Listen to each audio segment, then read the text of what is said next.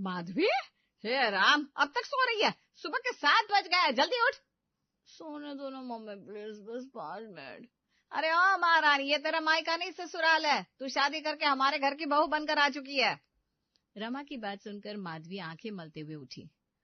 अरे हाँ, मैं तो भूल ही गई थी, कल ही तो मेरी शादी हुई है। सॉरी मम्मी जी, वो आदत तो अब धीरे धीरे ही जाएगी ना। देख कितनी देर हो गई है, सूरज सर पर चढ़ा आया है मम्मी जी? सच्ची? मुझे तो आपके सर पर कोई सूरज नहीं दिख रहा। आप भी ना मम्मी जी बड़ी मजाकिया है। ए भगवान, अरे सूरज सर पे चढ़ना कहावत है, इसका मतलब दिन हो गया है। अच्छा अच्छा, अब समझ गई। अब सूरज सर पर चढ़ाया है मम्मी जी, तो क्या करना है बता दीजिए। मेरी अकल पर पर्दे पड़े थे जो मैंने बहू के रूप में इसे पसंद किया। बताइए ना मम्मी जी, क्या करना है? आज तेरी पहली रसोई की रस्म भी करनी है, तो तू जल्दी से नहा धोकर साड़ी लपेट कर बाहर किचन में आ जाना, ठीक है? जी मम्मी जी, आप जाइए, मैं बस अभी आती हूँ। रमा के जाने के बाद माधवी जल्दी से बाथरूम में गई और फटाफट नहा कर आ गई। नहा तो लिया है मैंने, तैयार होने में अब ज्यादा टाइम नहीं लगेगा, क्योंकि मम्मी जी ने कहा है कि साड़ी सिर्फ लपेट के आ जानी है, नहीं तो साड़ी की प्लेट्स बनाते बनाते ही 20 मिनट निकल जाते।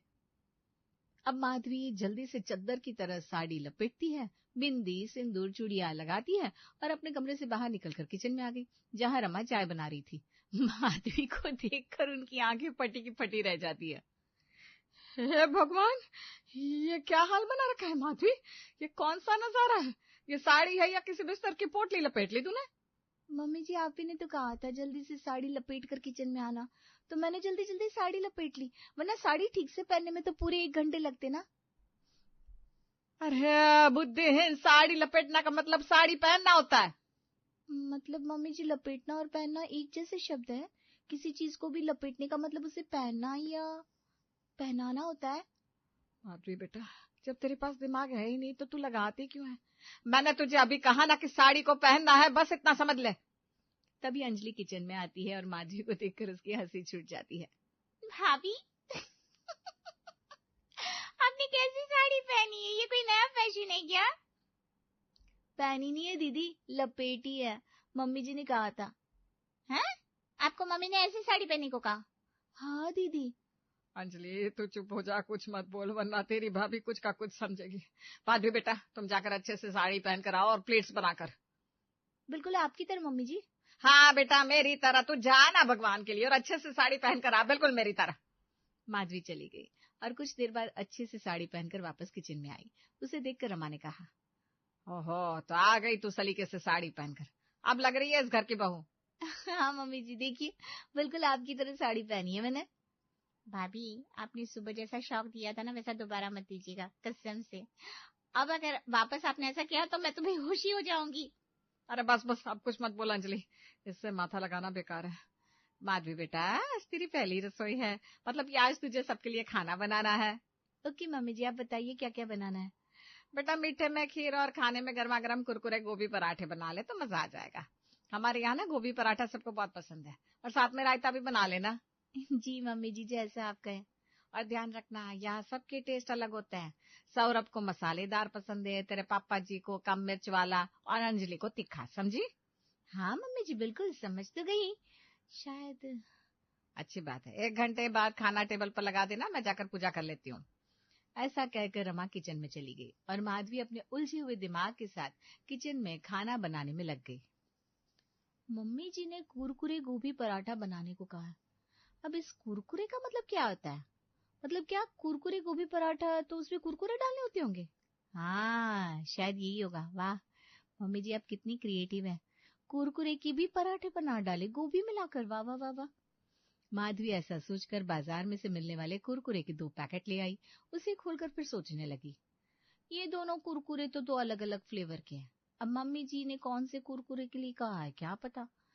अब बार बार उनसे पूछूंगी तो उन्हें लगेगा मुझे भी बिल्कुल अकल नहीं है। एक काम करती हूँ, दोनों फ्लेवर डालकर कुरकुरे के इसमें गोभी मिलाकर पराठे बना देती हूँ, ऐसा करती हूँ।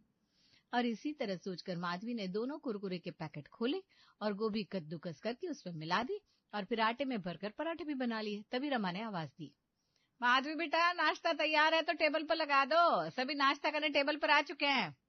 हाँ हाँ मम्मी जी, अभी लाती हूँ, नाश्ता तैयार है।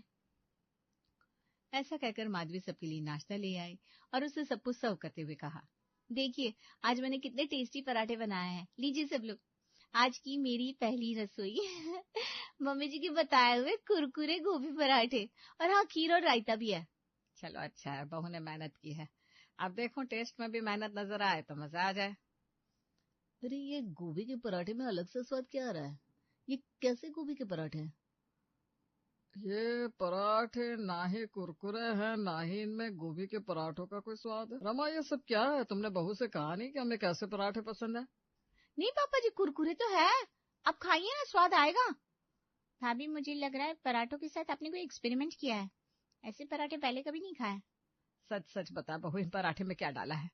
क्योंकि ना तो ये पराठे कुरकुरे हैं और ना ही इनमें गोभी के पराठे सा टेस्ट है। मम्मी जी आपने जो कहा मैंने बिल्कुल वैसे ही पराठे बनाए। आप ने कहा था ना कुरकुरे गोभी पराठा, तो मैंने बाजार से 2 कुरकुरे के पैकेट लाकर गोभी में मिक्स कर दिया। एक मसाला मिक्स था और एक पुदीने वाला, ताकि सबका टेस्ट मैच हो जाए।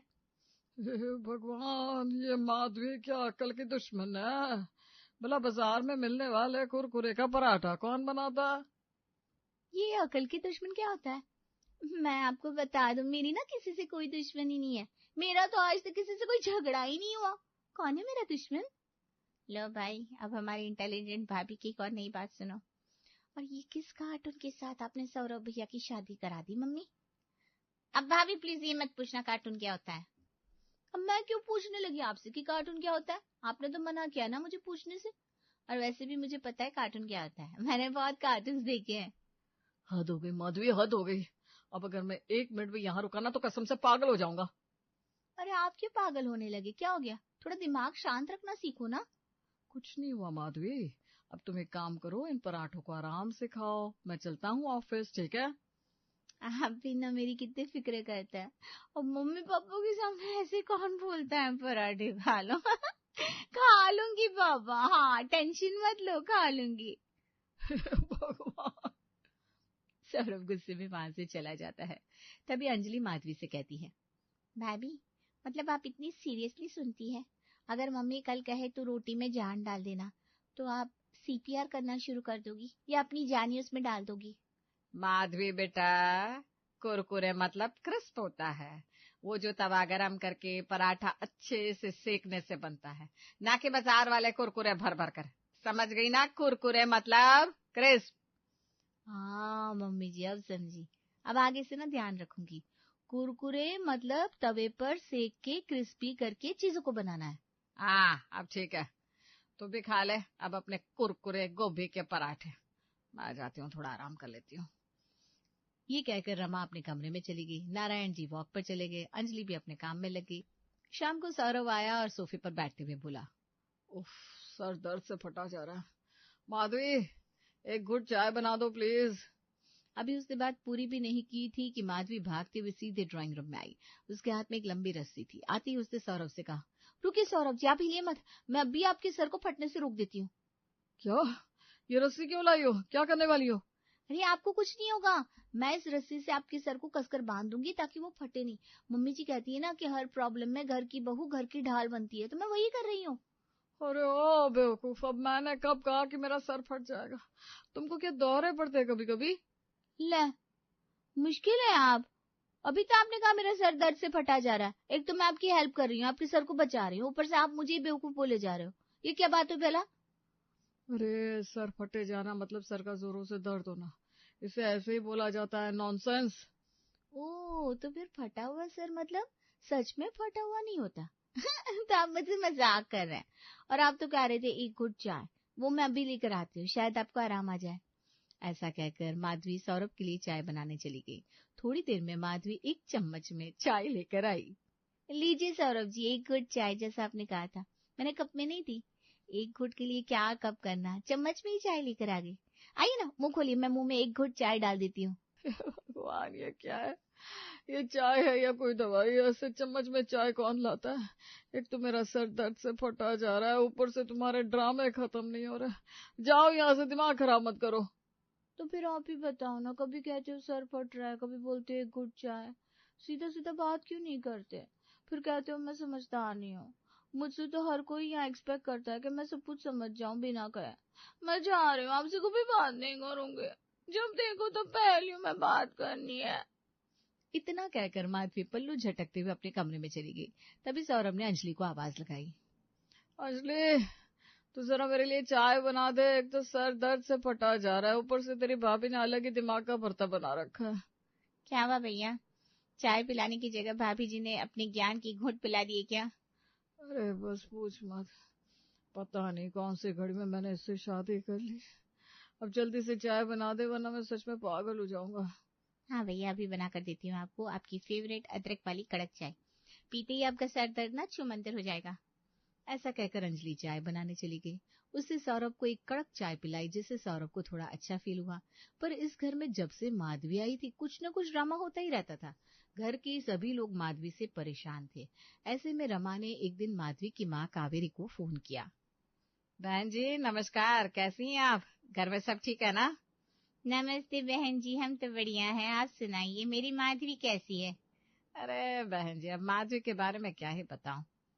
क्या हुआ रमा जी, मेरी माधवी ठीक तो है? अरे वो तो मजे में है। ये पूछिए माधवी को लेकर हम ठीक है कि नहीं। एक बात बताइए कावेरी जी, माधवी के मायके में भी ऐसी थी या यहाँ आकर ये सब कर रही है? मैं आपकी बात समझी नहीं रमा जी। तो आज आपको बताने के लिए ही तो फोन किया है कि आपकी बेटी क्या क्या करती है। अरे अकल नाम की चीज ही नहीं है उसमें।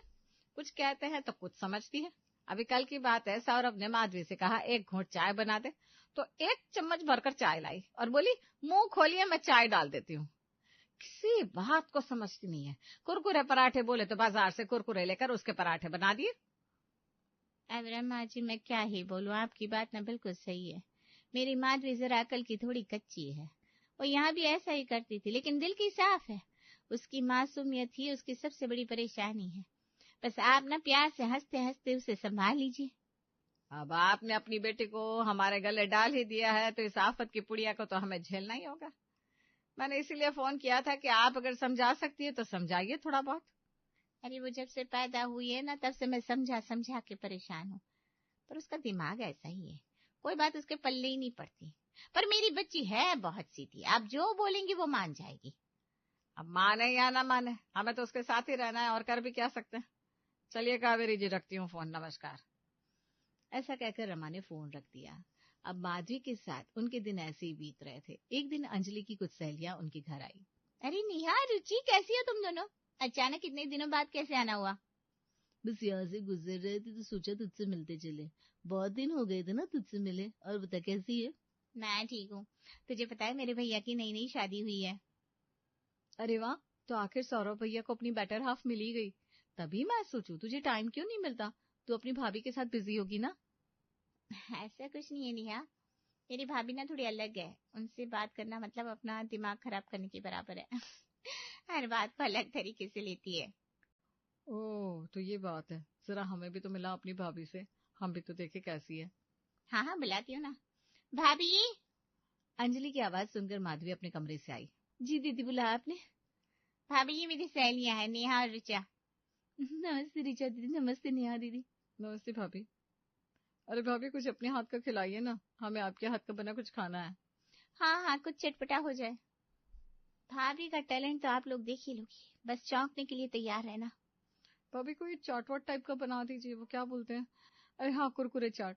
मैंने कहीं देखा था, बहुत अच्छी लगी थी मुझे। एकदम मस्त उबले आलू, प्याज, टमाटर, शिमला मिर्ची और नींबू और खूब सारे मसाले डालना, एकदम तीखी चाट। हाँ कुरकुरे, अब मुझे पता है। कुरकुरे मतलब क्रिस्पी होता है, मम्मी जी ने बताया था। अब दिखाती हूँ क्रिस्पी क्या होता है। ये सोचकर माधवी किचन में गई। अब कुरकुरे चाट बनानी है तो जो चीज क्रिस्पी हो वही डालूंगी। मम्मी जी ने कहा था कुरकुरे का मतलब क्रिस्पी होता है, जो कि तवे पर सेक कर क्रिस्प करना है। अब माधवी के उलझे दिमाग में बस यही बात फिट हो गई थी कि कुरकुरे मतलब क्रिस्प, और वो क्रिस्प जो तवे पर सेक कर किया जाए। फिर क्या था, माधवी लग गई अपनी कुरकुरे चाट बनाने अपने हिसाब से। उसने प्याज को तवे पर क्रिस्प किया, बाकी सब्जियों को तवे पर क्रिस्प किया और एक प्लेट में सजाकर उस पर नमक, मिर्च, नींबू डालकर लेकर आई। ये लीजिए आपकी कुरकुरे चाट, खाकर देखिए आप लोग, आज मेरे हाथ के स्वाद को मान जाएंगी। मम्मी जी आप भी लीजिए ना। अरे भाभी ये क्या है, आपको हमने कुरकुरे चाट के लिए कहा था, ये क्या ले आई आप? भाभी आपको मजाक करने के लिए और कोई नहीं मिला था क्या? मैं समझी नहीं आपकी बातों को। आपने कुरकुरे चाट कहा था तो मैं कुरकुरे चाट लेकर आई। अब इसमें मजाक की क्या बात है? भाभी क्यों मेरी सहेलियों के सामने मेरी बेइज्जती करती हो? अरे जब कुरकुरे पराठे बोलो तो कुरकुरे भर के पराठे बना देती हो, और जब कुरकुरे चाट बोलो तो तवे पर सब्जियां सेक कर ले आती हो। थोड़ा तो दिमाग लगाया करो भाभी। अंजलि, तू अपनी सहेलियों को बाहर ले जा, वहीं कुछ खिला दे बेटा। और माधवी बेटा, ये सब क्या कर रही हो? इन्होंने कुरकुरे चाट कहा था, मतलब बाहर से कुरकुरे लाकर उसकी चटपटी चाट बना देना। तुम्हें सब्जियां कुरकुरी करके लाने के लिए किसने कहा था? मम्मी जी, उस दिन गोभी के पराठे जब मैंने कुरकुरे डालकर बनाए थे तब आप ही ने कहा था ना, तवे पे पराठों को सेक कर क्रिस्प करना, उसी को गोभी की कुरकुरे पराठे कहते हैं। मुझे अच्छे से याद है आपने कहा था कुरकुरे मतलब क्रिस्प होता है, और आज आप कुरकुरे मतलब बाहर से कुरकुरे लाकर बनाने को बोल रही हैं। अब मैं तुझे कैसे समझाऊं? ये कुरकुरे मतलब अलग है और वो कुरकुरे अलग था। थोड़ी अक्ल लगाएगी तो समझ में आएगा। अक्ल आप सब लगाइए, एक ही बात को अलग अलग तरीके से बोलते रहते हैं और मैं कंफ्यूज होती जाती हूँ। ये कोई बात हुई भला? ये कुरकुरे अलग है, वो कुरकुरे अलग है।